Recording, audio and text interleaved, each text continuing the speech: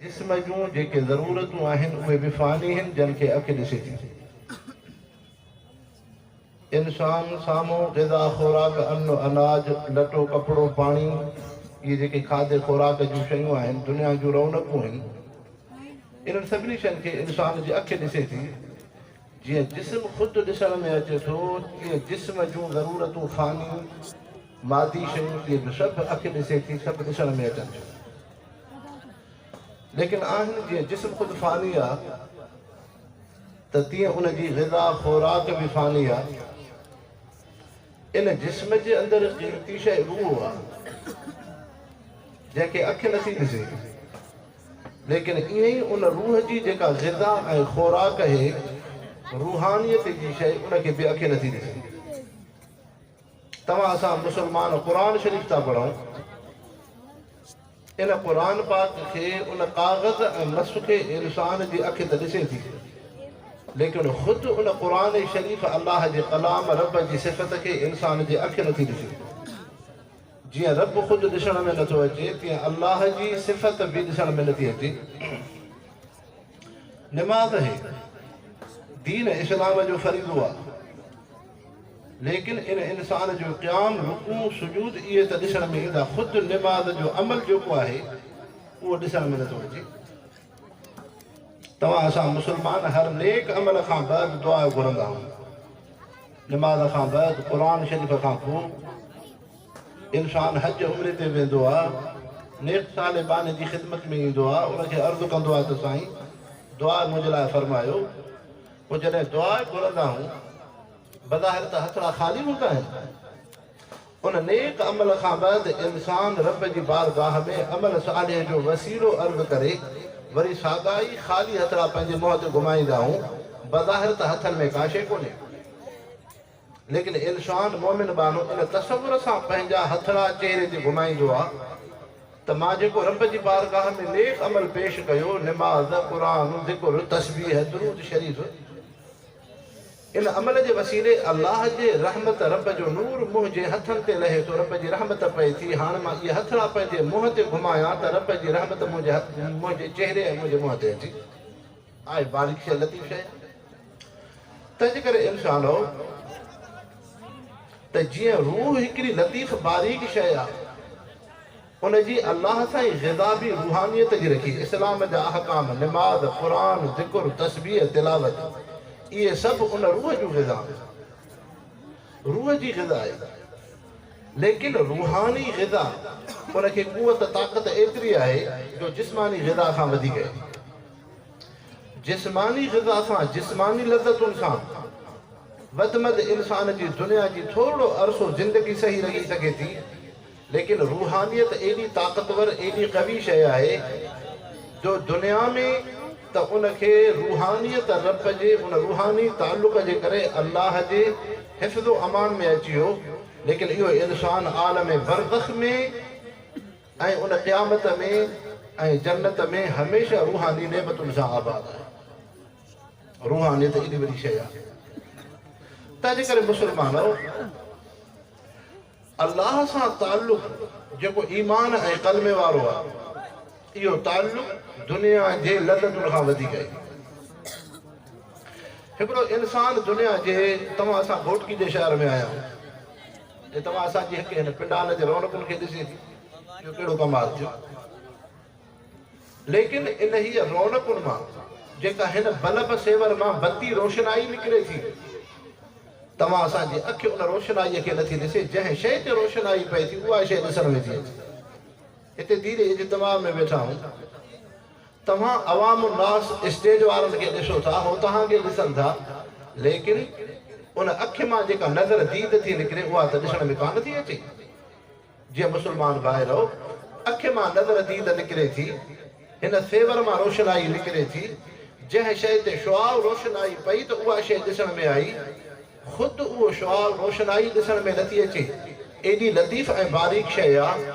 तीअं क़ुर मजीद पैगम्बर करीम सल्लल्लाहु अलैहि वसल्लम इंसान खे इहा तालीम था ॾियनि त इंसान तूं ईमान ऐं क़ल्मे जी ज़िंदगी अपना, पंहिंजे रब सां रूहानी ताल्लुक़ रख, निमाज़ जो ज़िक्र जो क़ुर जे तिलावत जो रब जी इताअत ऐं फर्मा बरदारी जो, पोइ इहे आख़िरत जूं शयूं तुंहिंजी अखि ॾिसे त कोन थी, पर आहिनि बरहक़ ऐं सच, आहिनि बरहक़।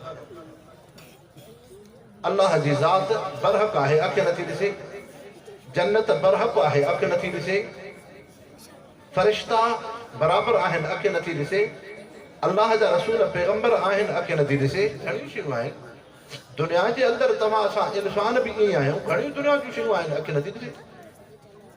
हिकिड़ी हवा घुलंदी आहे, तव्हां असां इंसान जी अखि उन हवा बारीक लतीफ़ खे न ॾिसी सघंदी आहे, लेकिन उन मां गिरदो गुबार मिटी ऐं कख पन उॾामंदो आहे, वाचूड़ो थींदो आहे, पोइ सम्झंदा आहियूं त हवा आहे। कंहिं लाम जी वण खे हवा जो गुज़र थियो, ॿी का शइ हवा हिते लुॾी, इंसान जे जिस्म खे थधिड़ी हवा लॻंदी। हालांकि दुनिया जो हर तबिक़े जो इंसान थो चए त हवा आहे, जीअं इंसानो इहा शइ आहे, ईअं रब जी ज़ात बि आहे। तंहिंजे करे इंसानो ईमान चाहे, हिकिड़ो त ईमान इहो आहे जेको तव्हां असां कलमो पढ़ूं था, ला इलाहा इल्लल्लाह मुहम्मद रसूलुल्लाह, लेकिन हक़ीक़ी कामिल ईमान इहो आहे अल्लज़ीन युमिनून बिल ग़ैब, जेके अन ॾिठल शयुनि ते यकीन कर। रब खे ॾिठो कोन अथऊं, दुनिया जे रौनकुनि खां वधीक अल्लाह सां तालुक़ हुजे। आख़िरत खे ॾिठो कोन अथऊं, जन्नत खे ॾिठो कोन अथऊं, जहन्नम खे ॾिठो कोन अथऊं, लेकिन दुनिया जे अज़ाब तकलीफ़ हादसात खां वधीक जहन्नम जो डपु हुजे। दुनिया जे लज़्ज़त ज़िना शराब मौसूकी उन तायुश आयश वारी ग़फ़लत जी ज़िंदगी खां वधीक जन्नत जो शौक़ु हुजे, इनखे ईमान चइबो आहे। अल्लाह साईं जन्नत बि ठाही, जहन्नम बि ठाहियो। रब साईं हज़रत जिब्रील अलैहिस्सलाम फ़रिश्ते खे फरमायो त जिब्रील वञ, जन्नत बि ॾिसी आहे, जहन्नम बि ॾिसी आहे। हज़रत जिब्रील जॾहिं जन्नत ॾिठी त नेमतूं ई नेमतूं आहिनि, लज़तूं ई लज़तूं आहिनि। जहन्नम ॾिठे त बाहि जो मचु आहे, बाहि जो आड़ा थो भरे।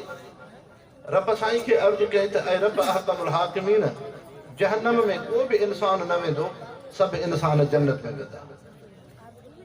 हाणे अल्लाह साईं जन्नत जे चौगिर्द तकलीफ़ूं रखियूं, बीमारी, शहादत, गुरबत, फ़क़ीरी, अहिड़े नमूने सां हादसात, जंहिं शइ जो नालो सदमो तकलीफ़ ग़म आहे, इहे अल्लाह साईं सभु जन्नत जे चौगिर्द रखरायूं।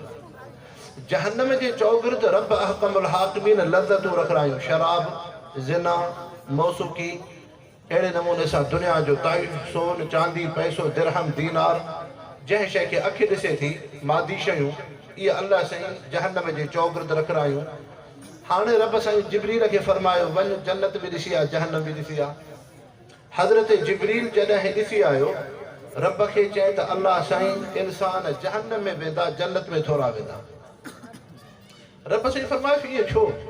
पहिरियों त तूं इहा ॻाल्हि कई त इंसान जन्नत में वेंदा, जहन्नम में को बि न वेंदो। हाणे चए थो त घणा इंसान जहन्नम में वेंदा, थोरा जन्नत में। त रब साईं खे अर्ज़ु कयईं त ऐं रब अहकमुल हाकिमीन, जन्नत जे चौगिर्द तकलीफ़ूं आहिनि, बीमारी आहे, सब्र आहे, गुरबत आहे, हादसो आहे, शहादत आहे, ताना ईंदा, तकलीफ़ूं ईंदियूं। तंहिंजे करे पैगंबर करीम सल्लल्लाहु अलैहि वसल्लम दीन जी इशाअत कई त तकलीफ़ूं आयूं। सहाबिन सबूरनि दीन खे फैलायो, दीन ते आया त तकलीफ़ूं आयूं। आलिम सबूरा दीन इस्लाम ते हलंदा त तकलीफ़ूं ईंदियूं। इन अशदल बलाए अल अंबिया फल अमसल फल अमसल, तकलीफ़ूं हादसात इहे दीन जे करे ईंदियूं। पैगंबर करीम सल्लल्लाहु अलैहि वसल्लम फरमायो त मोमिन जे मथां टे शयूं सचे मोमिन जी अलामत आहिनि, इल्लतिन, ज़िल्लतिन, इल्लतिन। या त अल्लाह से उनखे गुरबत फ़क़ीरी ॾींदो आहे, इहा सचे मोमिन जी निशानी अथव। ग़रीब हूंदो, मिसकीन हूंदो, दुनिया पैसो न हूंदुसि, ताइश आहे। हलो जेकॾहिं दुनिया पैसो हूंदुसि, ख़ुशहाली हूंदसि, पोइ उनखे हूंदी इल्लतन। इल्लतन माना का बीमारी, कान का उनखे तकलीफ़ बीमारी हूंदी, इहा बि मोमिन जी अलामत आहे। टियों, हुज़ूर पाक सल्लल्लाहु अलैहि वसल्लम फरमायो हलो उनखे ख़ुशहाली बि हूंदी, बीमारी बि न हूंदी। ज़िल्लतिन, आम जाहिल बेदीन तबिको उनखे हिकार सां ॾिसंदो, उन ते इल्ज़ाम तराशी कंदो। अॼु कोन्हे हज़रत मौलाना फज़लुर रहमान साहब उम्मत मुस्लिम मदारिस दीनिया तहफ़ुज़ ख़त्म नबूवत दीन इस्लाम जी ॻाल्हि थो करे, सेकुलर बेदीन तबिको उनखे निशानो बणाए बीठो आहे। ईअं त आहे। त मोमिन जी निशानी पैगंबर करीम सल्लल्लाहु अलैहि वसल्लम फरमायो 3 शयूं हूंदियूं आहिनि, इल्लतिन क़िल्लतिन ज़िल्लतिन। त इंसानो ख़ैर त जहन्नम जे चौधारी अल्लाह से लज़तूं रखियूं आहिनि। तव्हां असां ॾिसो वाक़ई हक़ीक़त बि इहा ई आहे, इंसान ज़िना सां शौक़ु थो रखे, शराब सां शौक़ु थो रखे, मौसूक़ी सां शौक़ु थो रखे, हराम सां शौक़ु थो रखे, ग़फ़लत सां शौक़ु थो रखे, लेकिन जन्नत ॾे जेको रस्तो अचे थो उन ते इंसान घटि था अचनि। हाणे इंसानो इन जे करे ईमान छा खे चइबो आहे? ईमान इन खे थो चयो वञे अल्लज़ीन युमिनून बिल ग़ैब, जेके अणॾिठल शयुनि ते ईमान आणनि। मुस्लमानो, अल्लाह साईं तव्हां असांखे दुनिया जूं शयूं ॾेखारियूं आहिनि त दुनिया अखि तव्हांजी दुनिया जूं रौनकूं ॾिसंदी, औरत बि ॾिसंदव, औलाद बि ॾिसंदव, सौल बि ॾिसंदव, पैसो बि ॾिसंदव, लज़तूं बि ॾिसंदव, दुनिया जूं रौनकूं बि ॾिसंदव, पर मुहबत इन्हनि सां न हुजे। तव्हांजी मुहबत अल्लाह सां हुजे, मुहबत अल्लाह सां हुजे। दुनिया जे फितरनि में न अचो। रब साईं इहे दुनिया जूं नेमतूं ॾेई वरी इंसान खां अल्लाह से खसे थो मोमिन बाने। साॻियो इंसान जॾहिं दुनिया मां वञे थो, उहा माल मिल्कत हिते ई हूंदी आहे, उहो बंगलो, उहा कार, उहो लटो कपिड़ो, इज़तूं लज़तूं सभु शयूं हिते हूंदियूं आहिनि। इंसान त अकेलो हले वञे।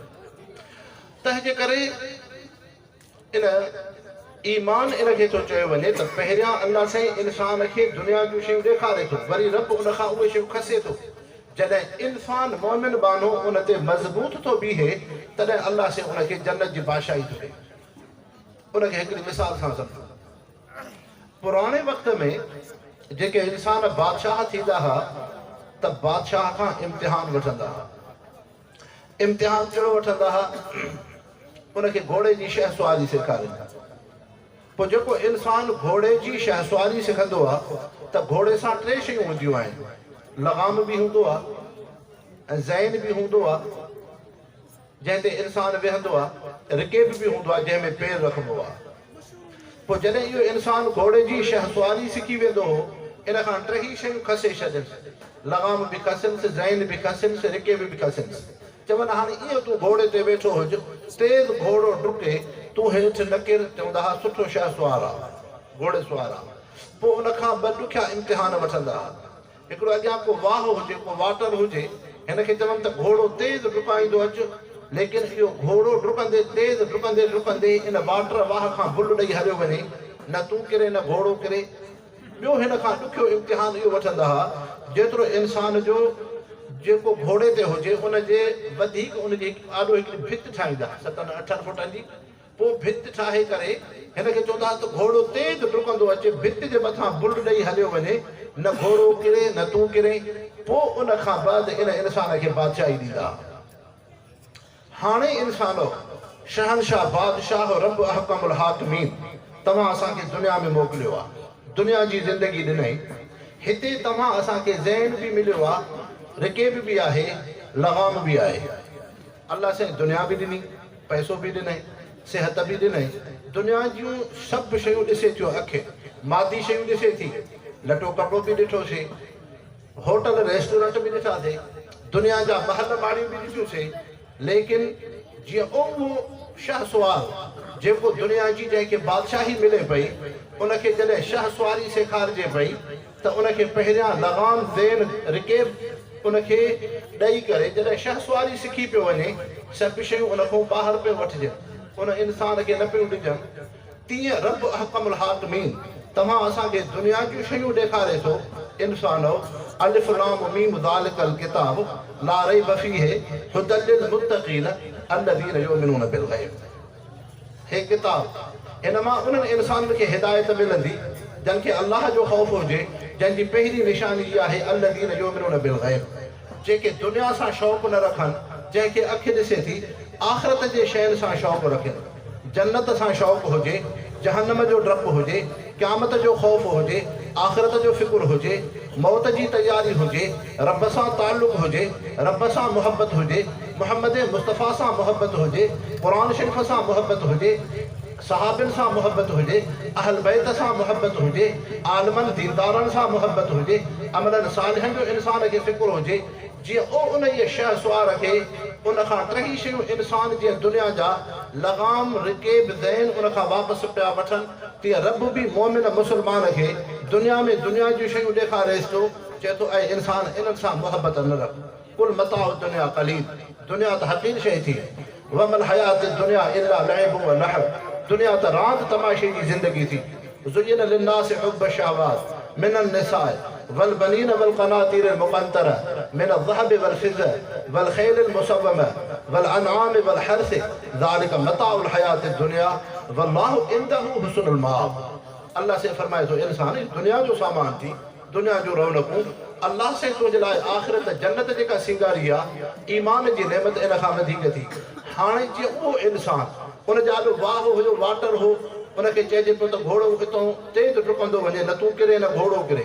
अॻियां हिकिड़ी भित ठाहींदा हुआ जॾहिं भित खां बुल ॾेई घोड़ो हलियो वञे न इंसान किरे न घोड़ो किरे उन इंसान खे दुनिया जी बादशाही मिलंदी हुई। ईअं रब हकमुल हाकिमीन जॾहिं मोमिन मुसलमान दुनिया जे अंदरि इन इम्तिहान में कामयाब थो थी अचे त जीअं उन इंसान खे दुनिया जी बादशाही पई मिले रब हकमुल हाकिमीन मोमिन खे जन्नत जी बादशाही जन्नत की बादशाही बशर लज़ीना आमनू व अमिलु सालिहात बिअन्न लहुम जन्नातिन तजरी मिन तहतिहल अनहार। तंहिंजे करे मुसलमानो ईमान कलमो वॾी नेमत आहे क़ुरान शरीफ़ सां ताल्लुक़ निस्बत वॾी नेमत आहे।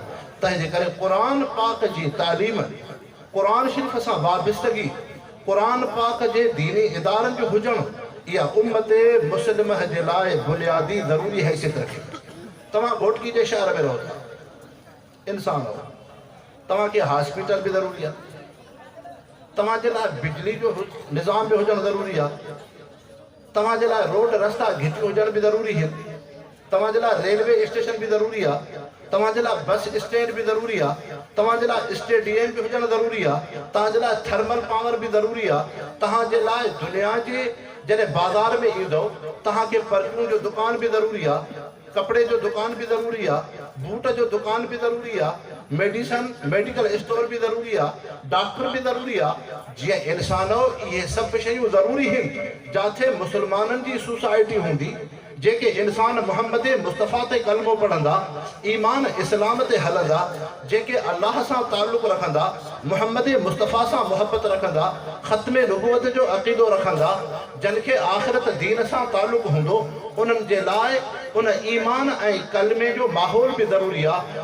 मुसलमाननि जे लाइ मस्जिद जो हुजणु ज़रूरी आहे मुसलमाननि जे लाइ क़ुरान जे तालीम जो हुजणु ज़रूरी आहे मुसलमाननि जे लाइ दीनी मदरसे जो हुजणु ज़रूरी आहे मुसलमाननि जे लाइ हाफ़िज़ क़ुरान जो हुजणु ज़रूरी आहे मुसलमाननि जे लाइ आलिम शेखुल हदीस जो हुजणु ज़रूरी आहे मुसलमाननि जे लाइ उन मुफ़्तीअ जो हुजणु ज़रूरी आहे। जीअं तव्हांजे शहर जे अंदरि लटे कपिड़े मुख़्तलिफ़ दुकाननि शयूं इहा इंसानी ज़रूरत आहे तीअं मुसलमाननि जे लाइ मस्जिद मदरसो क़ुरान जे तालीम मदारिस दीनिया इहा उन जी बुनियादी ज़रूरत आहे बुनियादी ज़रूरत आहे। असां को अमेरिका जी कॉलोनी में त कोन वेठा हिकिड़ो 1947 जे अंदरि हिकिड़ो इस्लामी मुल्क थो ठहे इस्लामी मुल्क थो ठहे मुसलमान क़ौम हूं अल्लाह रसूल सां मुहबत आहे ईमान जी नेमत आहे तंहिंजे करे असां मुसलमाननि जे लाइ जीअं मस्जिद हुजणु ज़रूरी आहे ईअं उम्मत मुस्लिम मुसलमाननि जी सोसाइटी शहरनि आबादनि ॻोठनि वाहण जे लाइ क़ुरान जे तालीम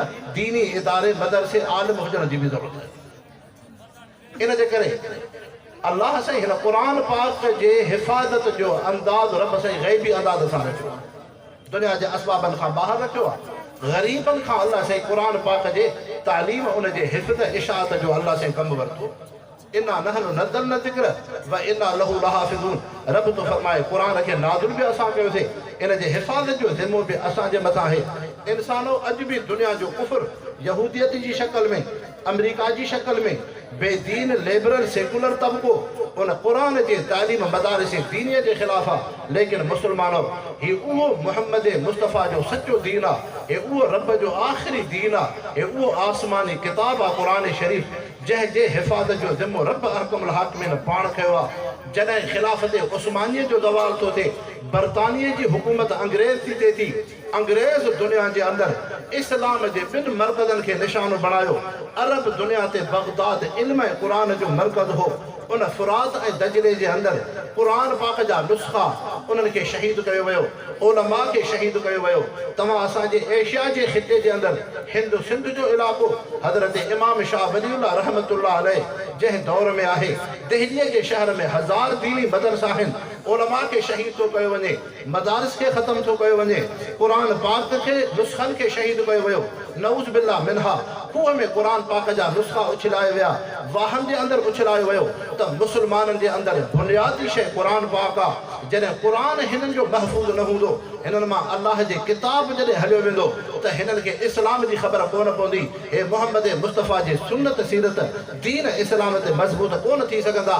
उन वक़्त में अंग्रेज़ जॾहिं उम्मत मुस्लिम खे उन्हनि जे पेशवा ऐं अॻुवाननि आलिमनि ऐं मदारिस क़ुरान जे नुस्ख़नि खे शहीद थो करे, उन वक़्त में अंग्रेज़ जे साम्हूं मौलाना मोहम्मद बाक़िर जे नाले सां आलिम दीन आहे। अंग्रेज़ जे साम्हूं 3 ॿारड़ा मुस्लमाननि जा आणे थो मासूम, 4 सालनि जो ॿारड़ो, 6 सालनि जो ॿारड़ो, 8 सालनि जो ॿारड़ो। मौलाना मोहम्मद बाक़िर उन अंग्रेज़ खे चए थो, तूं बरतानिया खां इहो इरादो खणी आई त मां मदारिस ऐं क़ुरान खे ख़त्म कंदुसि, दीन इस्लाम खे ख़त्म कंदुमि।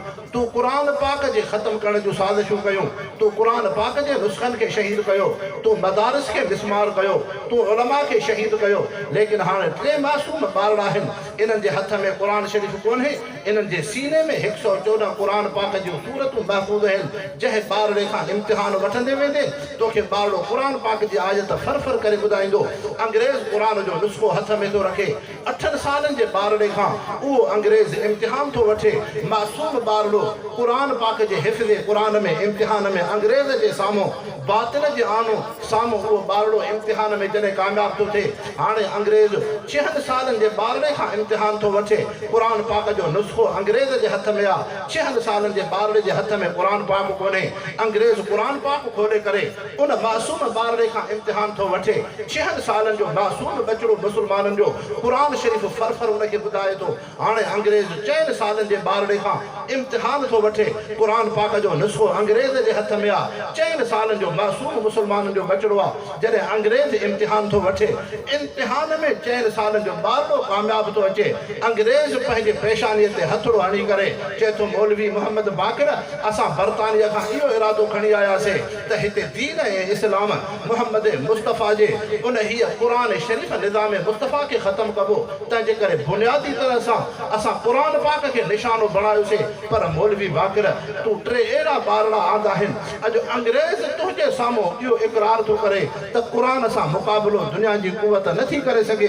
क़ुरान क़यामत ताईं दुनिया में अल्लाह साईं तॾहिं फरमायो, इन्ना नहनु नज़्ज़लना ज़िक्र व इन्ना लहू लहाफ़िज़ून। रब तो फरमाए क़ुरान पाक खे नाज़िल बि असां कयो आहे, इन जे हिफ़ाज़त जो ज़िम्मो बि असां। तंहिंजे करे मुस्लमानो, हे जेकी अहिड़ियूं साज़िशूं थियनि थियूं मदारिस दीनिया ऐं उलमा ऐं क़ुरान पाक जे तालीम जे ख़िलाफ़ करे बि इन्हनि जूं साज़िशूं कामयाबु न थींदियूं। युरीदून लियुत्फ़िउ नूरल्लाहि बिअफ़वाहिहिम वल्लाहु मुतिम्मु नूरिही। अल्लाह से पंहिंजे नूर खे कामिल कंदो। अल्लाह से उम्मत मुस्लिम खे इत्तिफ़ाक़ इत्तिहाद अता फ़रमाए, उलमा सां वाबस्तगी अता फ़रमाए, क़ुरान शरीफ़ सां ताल्लुक़ अता फ़रमाए, मदारिस दीनिया सां हमनशीनी, उन्हनि जो तक़द्दुस एहतराम नसीब फ़रमाए। अल्लाह करीम हिन दीन इज्तिमा खे बि शर्फ़ क़बूलियत अता फ़रमाए। रब करीम तव्हां असां सभिनी जी हाज़िरी खे अल्लाह से मक़बूल ऐं मंज़ूर फ़रमाए। वमा अलैना इल्लल बलागुल मुबीन। या अल्लाह या रहमान, इन इज्तिमा खे क़बूल फ़रमा। अल्लाह से तो असांजी हाज़िरी क़बूल फ़रमा। रब असांजे दीन इदारे खे आबाद फ़रमा। जेके बचड़ा क़ुरान शरीफ़ हिफ़्ज़ पिया करनि, अल्लाह से उनजे सीननि खे मुनव्वर रोशन फ़रमा, इल्म नाफ़े उन्हनि खे अता फ़रमा। अल्लाह से मदारिस दीन जी हिफ़ाज़त फ़रमा, मुल्क पाकिस्तान जी हिफ़ाज़त फ़रमा, उम्मत मुस्लिम जी हिफ़ाज़त फ़रमा। यहूद ऐं हनूद दीन इस्लाम दुश्मननि जे पलीत साज़िशुनि खां महफ़ूज़ फ़रमा। बीमारनि खे शिफ़ा अता फ़रमा, मुहताजनि जूं ज़रूरतूं पूरियूं फ़रमा। अल्लाह से ईमान सां रहाए, ईमान सां ख़ात्मो बिल ख़ैर फ़रमा। हस्बुनल्लाहु व निअमल वकील व निअमल मौला व निअमन नसीर। सल्लल्लाहु तआला अला ख़ैर ख़ल्क़ि।